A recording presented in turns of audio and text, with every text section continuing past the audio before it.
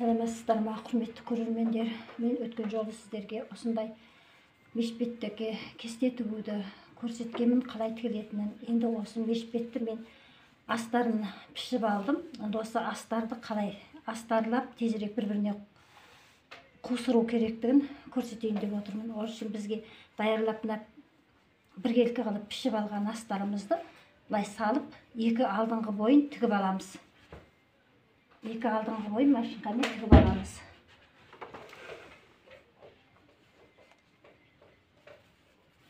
Астарын бергі бетіне қаратып отырып тігіңіздер, сонда тартпай жақсы болады.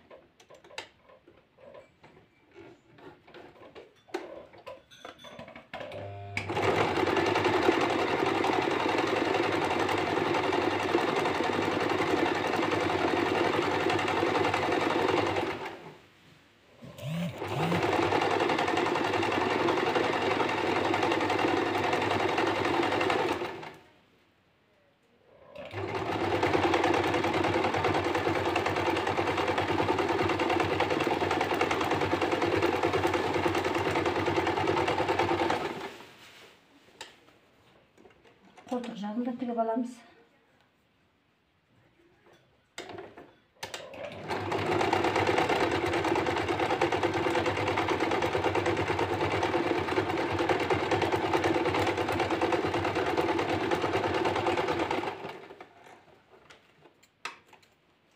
Сосын бұның мына жерлерін тартып қалмас үшін қиямыз.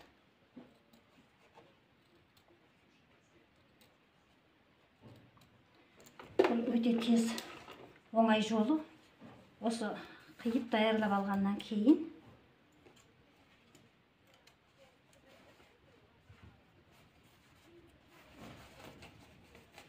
аударып, өте шапшаң тез қусырылады, ешқандай бұрыс-тырыс болмайды, өте әдемі болып шығады. Осылай қусырсаңыздар, камзол болсын, жилетка болсын, өте сәнді болып келеді. Міне біз бұна кесте тігіп алған мына арт бойымызды осылай қойып аламыз да. Соның міне кәдімгі былай қарай қусыратын сияқты қылып даярлап осылай қоямыз. Міне екі бойында мен тігіп алдым. Осылай қоямыздағы оның бетіне мына астарын қоямыз. Бірақ жолда қусырып шығамыз. Сосын міне бірақ жолда мына былай астарын қойып аламыз да, екі иығынан бастап, міне қараңыз, мына ортасында мынау тұр, міне екі иығынан бастап осы жерді міне осылай салып тұрамыз да, міне иығынан бастап қусырамыз.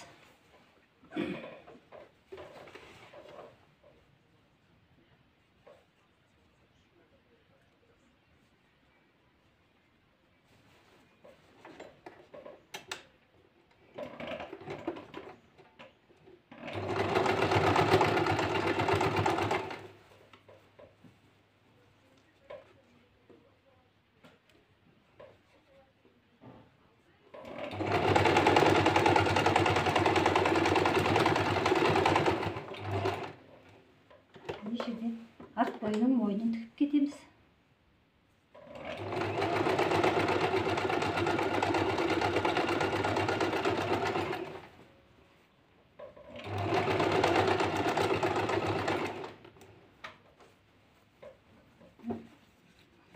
Ортасына мынаны саламыз, міне жаңағы бойымыздың тарылтып жақсылап отырып, ортасына салып, бірақ жолда астарымен де екі жағын бірдей бір жолда қусырып шығамыз.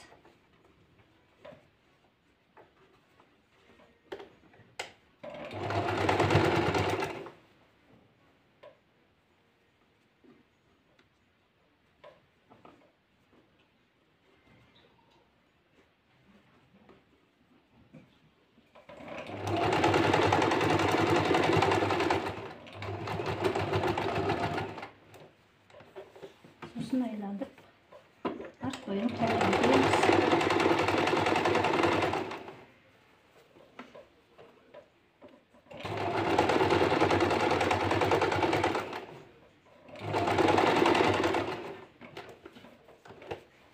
Екі жәнін тігеміз, сосын міне ортасына салып отырмыз. Міне біз жаңағы жилеткамыздың алдыңғы бойын екі ортасына салып тігіп отырмыз.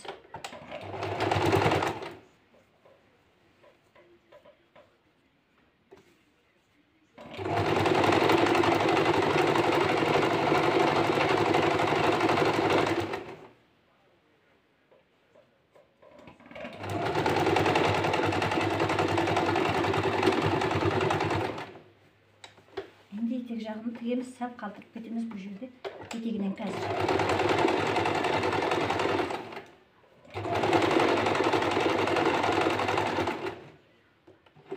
Осы жерден алдыратын жерді кішкентай жерін қалтырып кетеміз.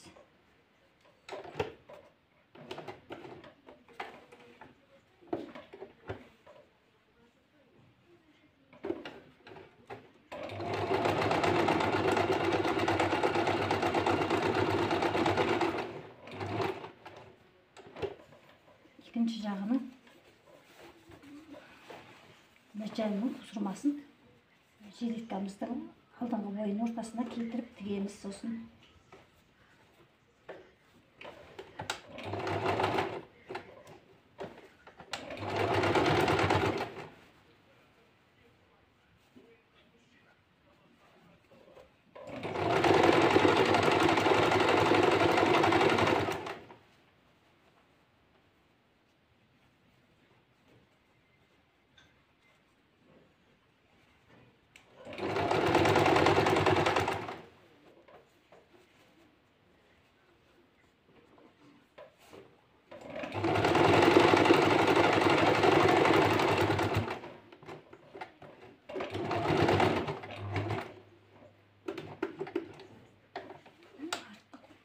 жағын тігеміз.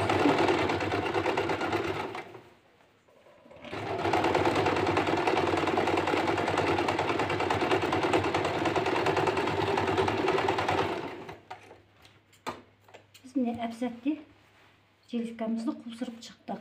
Енді жаңа кішкене қалтырып кеткен жерімізді аударып аламыз.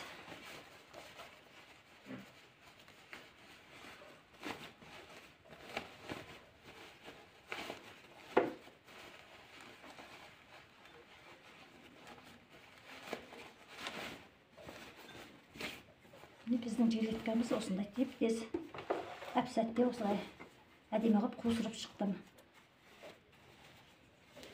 Еш жерінде бұрыс-тырыс болмайды, еш жерінде ішінен тігіс келтірілмейді. Енді айландырып, тек сыртынан ғана бір қайта жүріп өтеміз. Сонымен осылай қылып қусырып үйренсеңіздер, бұл тез болады. Арасын айландырып, бір қайта жүріп шығамыз.